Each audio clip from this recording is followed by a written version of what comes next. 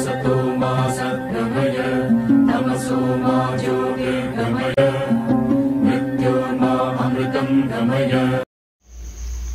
Hello everyone, आज हम 10th class 9th lesson Ganga दक्षिण गंगा गोदावरी इस पाठ के रचयिता काका कालेलकर कवि परिचय विषय प्रवेश के बारे में हम जानेंगे।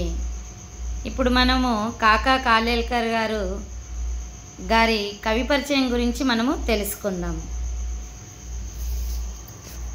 लेखक परिचय देखो। काका कालेलकर का पूरा नाम दत्तात्रेय बालकृष्ण कालेलकर है। काका कालेलकर गारी पूर्ति पेरू दत्तात्रेय बालकृष्ण काका कालेलकर गारू। उनका जन्म सन 1885 में और मृत्यु सन 1951 में हुई।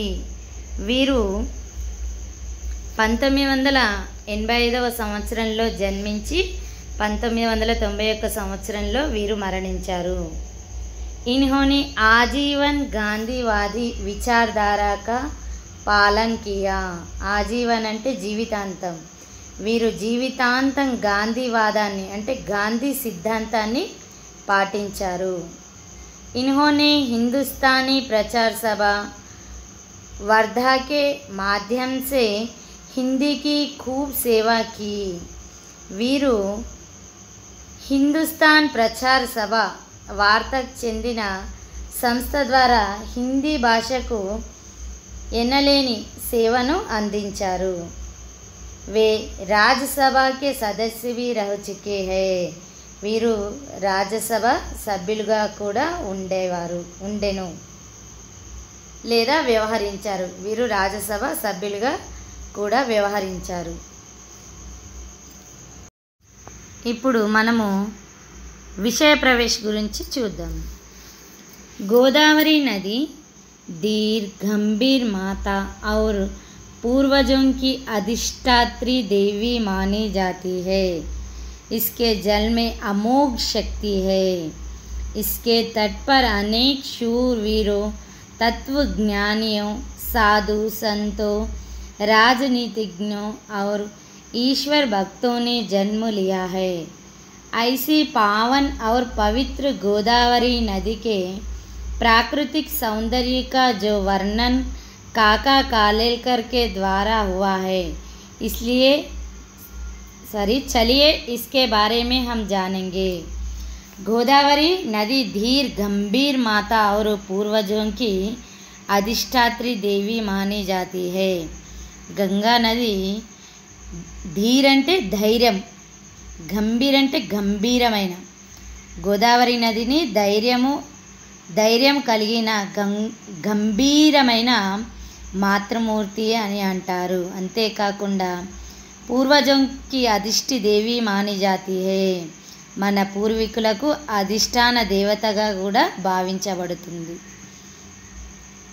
ఇస్కే జల్ మే అమోఘ శక్తి హే, ఈ గోదావరి నీటిలో అమోఘమైన చాలా గొప్ప శక్తి అనేది ఉన్నది। ఇస్కే తట్ పర్ అంటే దీని తీరాన లేదా ఒడ్డున, శూర్ వీరు అంటే దేవతలు వీరులు, తత్వజ్ఞానియో తత్వవేత్తలు, సాధు సంతో సాధువులు మరియు సాధు సంతులు, राजनीतिज्ञों రాజకీయవేత్తలు और ईश्वर भक्तों ने जन्म लिया है। అంతేకాకుండా ఈశ్వర భక్తులు కూడా జన్మించారు। ऐसी पावन और पवित्र गोदावरी नदी के प्राकृतिक सौंदर्य का जो वर्णन काका कालेलकर के द्वारा हुआ है। ఇటువంటి పవిత్ర పావనమైన గోదావరి నది యొక్క ప్రాకృతిక సౌందర్యం మనకు శ్రీ కాకా కాలేల్కర్ ద్వారా పరిచయం జరిగింది। వీరు సప్త నది అంటే సప్త సరిత అనే రచయిత నుండి మనకు ఈ పాఠాన్ని గ్రహించడం జరిగింది। సో వీరు ఈ పాఠంలో రచించిన ఒక భాగాన్ని తీసుకొని మనకు పరిచయం అనేది చేయడం జరిగింది. చలియే ఇస్కే బారే మే హమ్ జానేంగే. ఇప్పుడు మనం ఈ పాఠం గురించి అంటే దక్షిణ గంగా గోదావరి యొక్క ప్రాకృతిక సౌందర్యాన్ని కాకా కాలేల్కర్ గారు ఎలా వర్ణించారు, ఎంత చక్కగా వర్ణించారు అనే దాని గురించి మనము ఇప్పుడు తెలుసుకుందాము.